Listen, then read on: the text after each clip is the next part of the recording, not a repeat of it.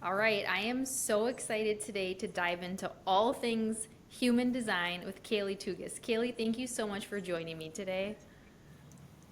I am so excited to be here and be a part of this. Thank you for having me on.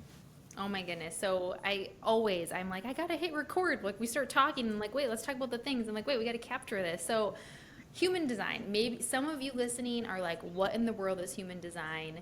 And some of you are like, we love human design. And maybe some of you are kind of in the middle. So that's what we're gonna talk about today and how it can really change your life. I know like a little bit about it, and the little bit that I know has been mind blowing. So, Kaylee Tugas is a human design mentor and educator who works with entrepreneurs who are ready to make changes to find ease in their life and business. She uses human design and somatic breathwork to help them unlock and unleash what they need to do to find success and thrive in their life and business. She has 10 plus years of helping startups and businesses change their losses to profits. Ooh, that perks up people's ears.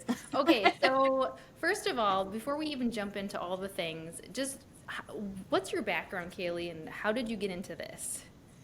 Yeah, so, part of the 10 plus years of helping businesses and doing that aspect of things has really come from my background in EMS. So I was a paramedic for almost 20 years and did leadership within that, working with smaller ambulance services to build them up and get to the point where they could have retention within their organizations along with able to make a profit. So that's part of that aspect of it. And I, like many during the pandemic, got burnt out because I was in healthcare and took a step back, did something part time for about a year and a half, and found myself in this spot of being unfulfilled and just kind of what's the next thing. And stumbled across somebody on Instagram and got into coaching. And I'm like, I coach people all the time. I talk with people all the time. I support people all the time. And decided to go that route and go into entrepreneurship for that. So went and did my certification in life and business coaching and had a tiny little piece of human design in that. And when I did that, I was just like stuck with it. Like it just hit me. I was like, I need to know more and I need to know more. And we're flying back, and because we flew out to Utah to go do it, and flying back to North Dakota, and it was one of those things where I'm like ordering books and I can't put it down and I want to know more, and I'm running everybody's charts that I Oh, know, yeah. and I'm like running my kids and my husband. I'm like, what are they? I gotta know everything, right? And during that, I was like, I just need to get certified in this. I need to go and learn this, and did that, and then decided to incorporate that into my business. And ultimately, it became my business because I just couldn't put it down. It became my passion. Oh my goodness. So many things. First of all, I want to dive into what human design is, but can you just Yeah. real quick share with us what was that transition like going from being a paramedic to being an entrepreneur? Yeah. So, I mean, the last 6, 7 years, maybe even more than that, I was in leadership type style positions. I was a manager. I had people underneath me. I had almost 50 employees when I decided to, I say now, retire from EMS. When I left, I thought maybe at some point I would come back. And after I left, it took about a year to get my body re-regulated, my nervous system re-regulated, because it is very high paced, on demand, go, go, go, high stress. And once I did that, I was like, I have no desire to go back to this. It was just like my body finally felt like it could calm and be at ease. And then I found myself bored. Hmm. And so, yeah, it took a lot to transition, but it also was part of, I feel like, my journey of healing and got me where I am today. Thank you for sharing that because I feel like, whenever people are in this time of transition, whether for some people it's transitioning into a different role outside of maybe their department or to a different company, or for some people it's going from entrepreneur back to the corporate world or corporate to entrepreneur. And it's like the whole big transition is overwhelming. And I think when people can look to other people to say like, yes, it's hard. And also, so I love that you talk about like you have to regulate your body when we're going through that big change. Yeah, I mean, that was a huge portion of it, along with understanding that's not where I had to stay. And so trying to figure out what was my next step, which was the next way I wanted to go. Where do I want to see myself? And a lot of people, I feel like in healthcare, whether you're a nurse, whatever, nurse, paramedic, EMT, whatever it may be, you feel kind of like you're stuck because you have this one unique thing you can do. But for me, I was like, I'm not okay being there anymore, and it's time to find something new. And I always love supporting people, so I decided to take that into my journey of entrepreneurship. And then I found human design, and like I said, I still can't put it down. So You fell in yeah, love. So, okay, I for did. someone who's listening and they're Yeah. like, human what? Tell us, tell Yeah. us, um, let's start like high level. What is human design? Yeah, so the best way I love to explain it is we're all made up of energy. We're all made up of atoms and molecules that create energy within our body. And human design helps us understand how to use that energy throughout the day to have the best day. It gives us a little bit about ourselves. And most people, when they first get introduced to human design, are like, I feel seen. This aligns. This feels like me. That aspect of it. So, yeah. I love that even that description because so I'm an energy leadership index certified coach. So there's a tool called energy leadership, which is based in science that we're all made up of energy. And sometimes when you use that word, especially within organizations, it's like, oh, that's woo woo or whatever. But like, the way you explain it is like we're all made up of energy, like our thoughts, everything's made up of it. So what a great way. So it's we're all made up of energy and how to use our energy throughout the day. So, how do people figure out what their human design is? Like, what does that process even look like? Yeah, so there'll be a link in this. So those that are listening, they can go click on the link and you can run your chart for free. You put in Ooh, yeah. Pause your the birth episode, go do that. Download Yes. it. Yeah, because it'll help as we talk through things and they'll be able to relate to their own chart. But yeah, you put in your birth information and it populates this chart, and it's going to be, we'll say it's like overwhelming at first because there's lots of triangles and squares and lines and dots and stuff like that on it. But just scroll down and there'll be a spot that says energy type, and that's where you start is your energy type, and there's 5 different categories of energy type. Okay, and so when I did this, Hmm. I'm a manifesting generator. Yep. And I remember reading again the little bit that I have done. Like I remember reading about it and being like, "Oh my goodness, I feel so seen." What are Yep. people's usual reaction when they do this? Typically that. I mean, we'll Yeah. have a small category that's like, I don't relate to this.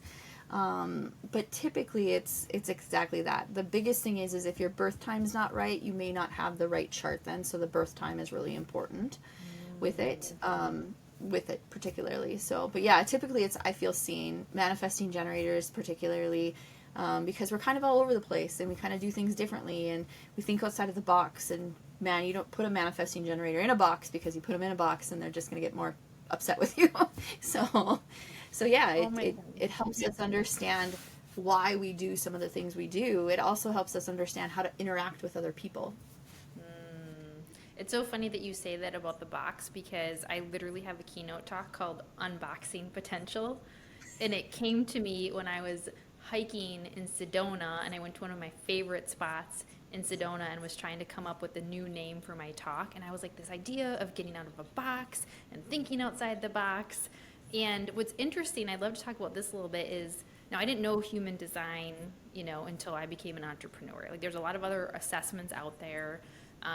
And I feel like I always felt a little bit of this like constricted with this idea. I had all these ideas and I wanted to do all these things, and sometimes I was like, is it too much? Am I scattered? Am I not committing to things? And then when I did this, I was like, oh, that's how I'm wired. Like that's how I get driven. So my first question is, how does the human design differ from some other assessments out there that people might have taken, like DISC or Enneagram or Myers-Briggs, like some of those types of assessments? Yeah, so I'm also a manifesting generator. I don't know about you, but I take those and I always feel like there's aspects of it that relate to it, but it doesn't feel wholeheartedly like me. And the thing with those is it really puts you in a box. It really, like, this is your thing, right?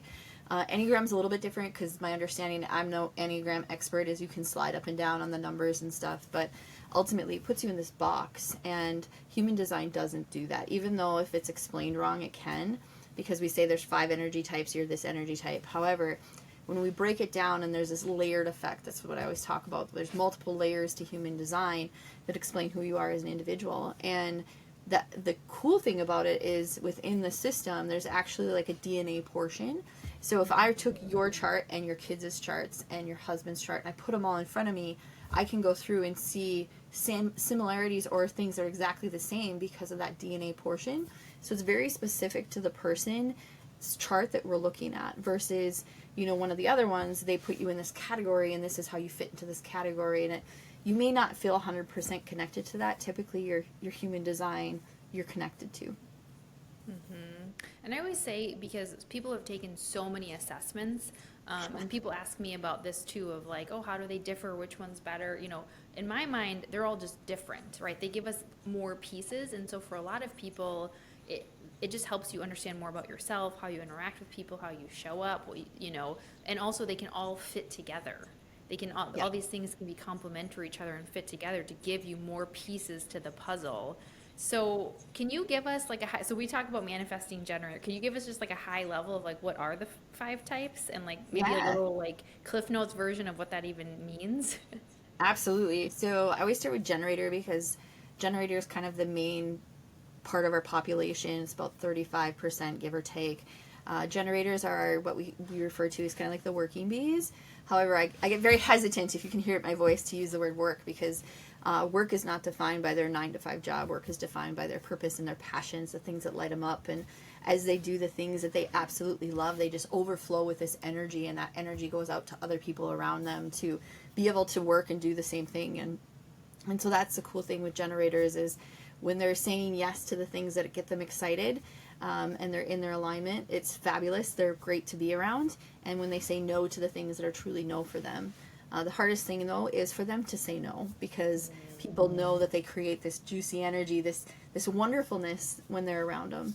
So that's the big thing with generators. The next one I talk about is manifestors. Manifestors are back in the day of like kings and queens. They were the ones that were like, let's go take on Spain, and rallied the troops and took everybody to go take over and conquer areas and make nations and stuff like that. Nowadays we don't see them like that. They still are our trailblazers of society. They're only 8% of our population, and they get a surge and urge of energy, and they go after whatever they want to go after.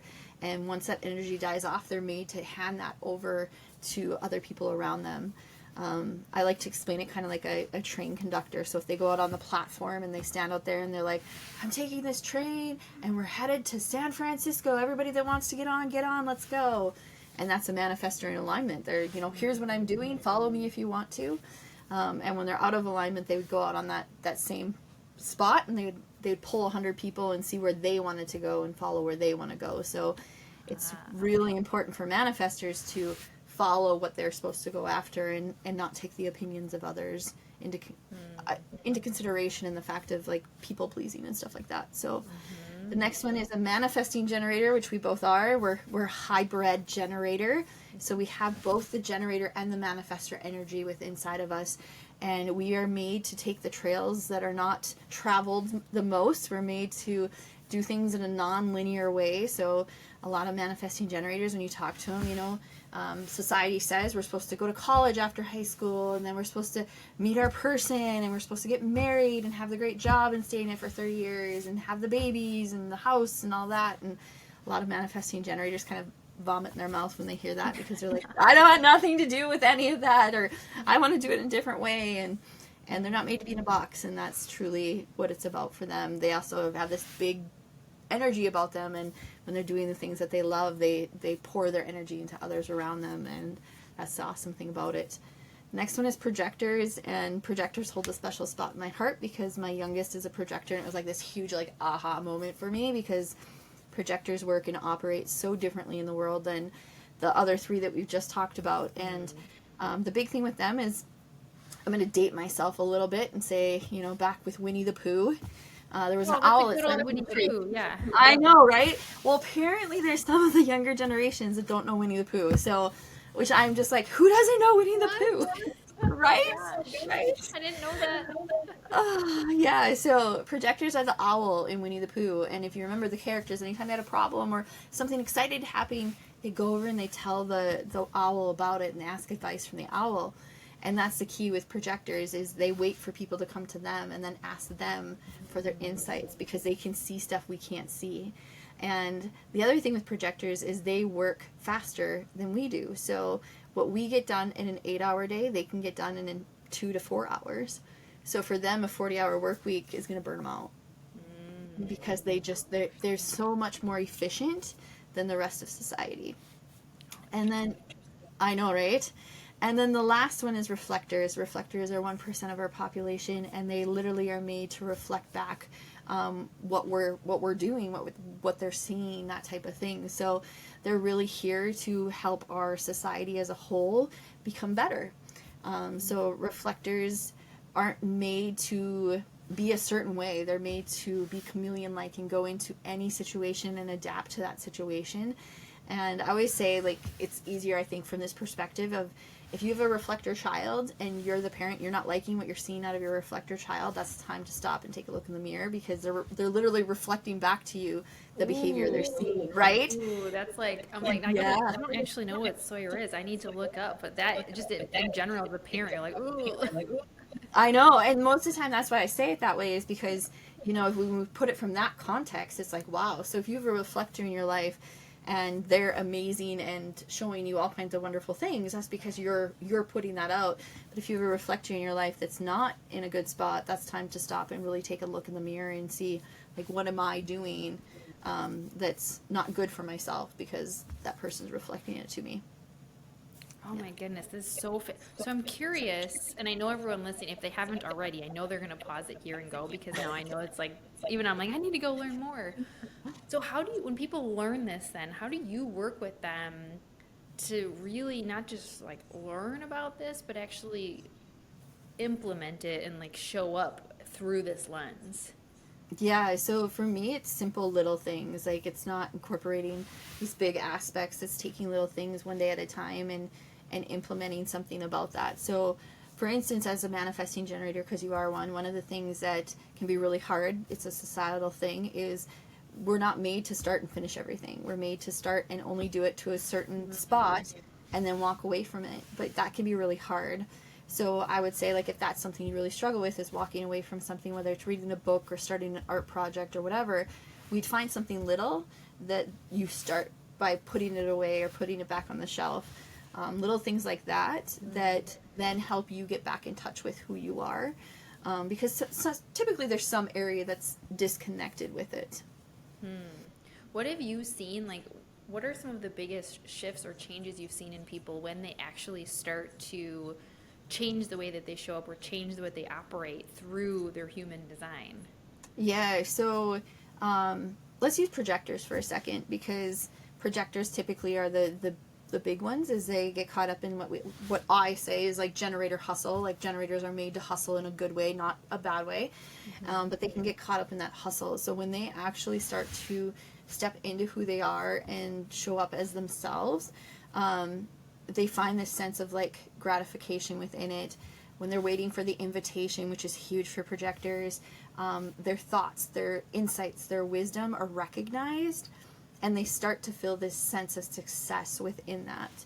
And so that's the big thing, is watching somebody when they start to do the little things and then they get recognition or they get acknowledgement, or they just start to find their own peace within themselves versus trying to find it somewhere else. It's pretty cool to watch it unfold. Yeah, and I just think of, especially, and I think we can utilize this in so many different areas. I always say, especially when you step into being an entrepreneur, being a small business owner, the thing that I have said for years is, I think it makes you face like the deepest, darkest parts of yourself. When you step into it, it's a whole nother level of hard. And so the to me, like, the pro of it is that we get to choose how we work, and we get that autonomy, and that can also feel debilitating at times.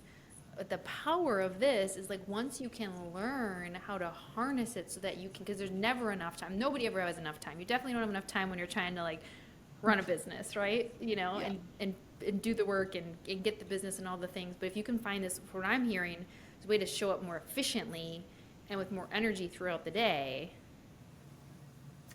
Yes, absolutely. And, part of it is too, as a manifesting generator, it's figuring out what are the things that truly light me up and get me excited and I want to do, and what are the things that I'm putting on myself that I think I have to do. And that's the key, right? Because there's a lot of times that we think we have to do things, but they're truly not meant for us to do right now. And so being able to decipher that, generators, manifesting generators, we have this gut sensation that society talks about. And so what is my gut truly telling me a yes right now? And what is my gut truly telling me a no? And tapping back into that, because a lot of generators, a lot of manifesting generators get out of touch with that. And they get out of touch with it because they're saying yes to no's. They're not trusting their own guidance within their own body or their own intuition that they have. Oh, so true. So true. So when somebody learns this, here's the thing, it's like we learn this and we start kind of trying to make changes, and I'm sure you've seen this with clients that you work with, but then our habits come back. Like the way that we've been operating, if it's, especially if it's like misaligned from our human design, if I'm saying that rightly, that's how I think of it. It's like, so what do you do for people to get it to like stick, and like actually keep making traction so that they can actually see the change? Yeah, so the biggest thing that I always say is awareness.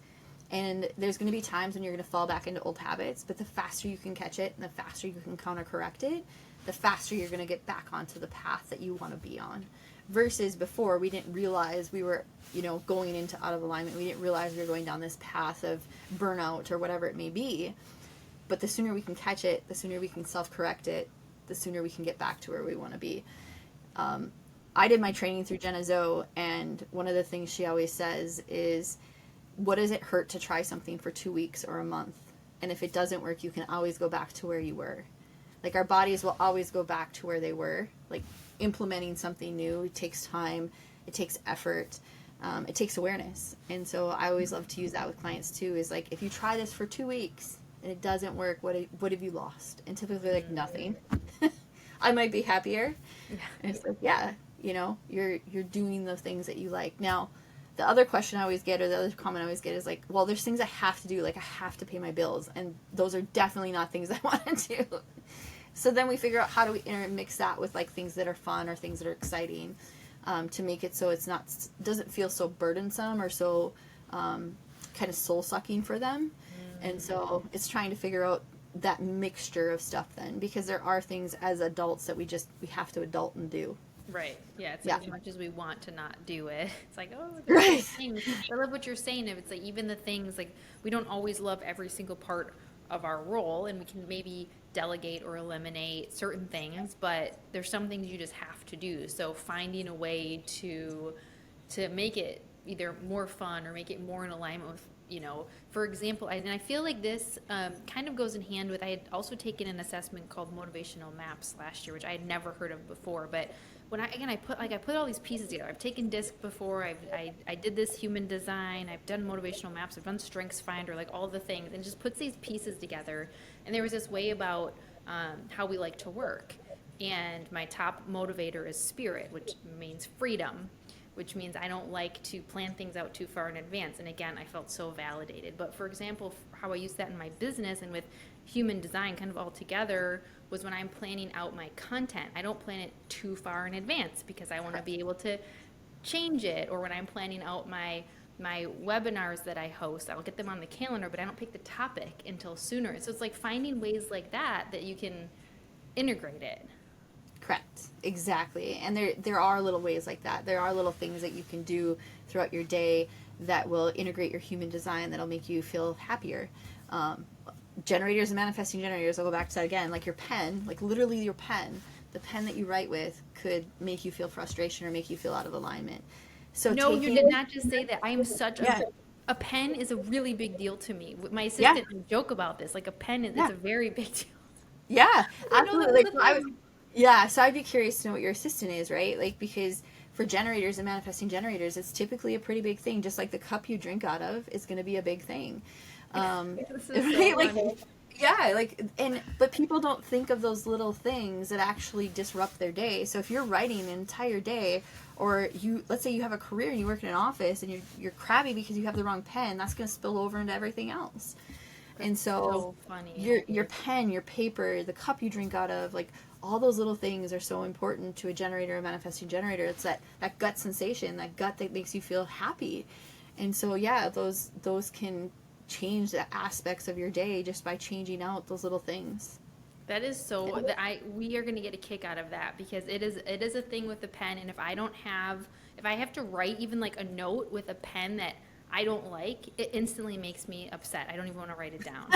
It's so Yep. funny. And we give out pens in one of my programs. We send out client gifts. We give out pens, and it was very important for us to pick the pen that has this vibe to it. So that's I didn't know that was part, and also a cup. That's a very big deal. What it Yep. looks like, what it's so fascinating. Actually, I'm making a note. I should have my assistant take this. So I'm curious, Kaylee, for you, when you started to learn more about this for yourself and you figured out you're a manifesting generator, do you have any like specific things that, stories or moments or things that like really, that you did differently that really shifted for you that you're like, I'm going to do this now to really honor my human design? That's a wonderful question. For me specifically, I don't know if there was. It was more, as I worked with different coaches, as I did different things, I found myself really honoring myself versus what they were telling me. That aspect of it.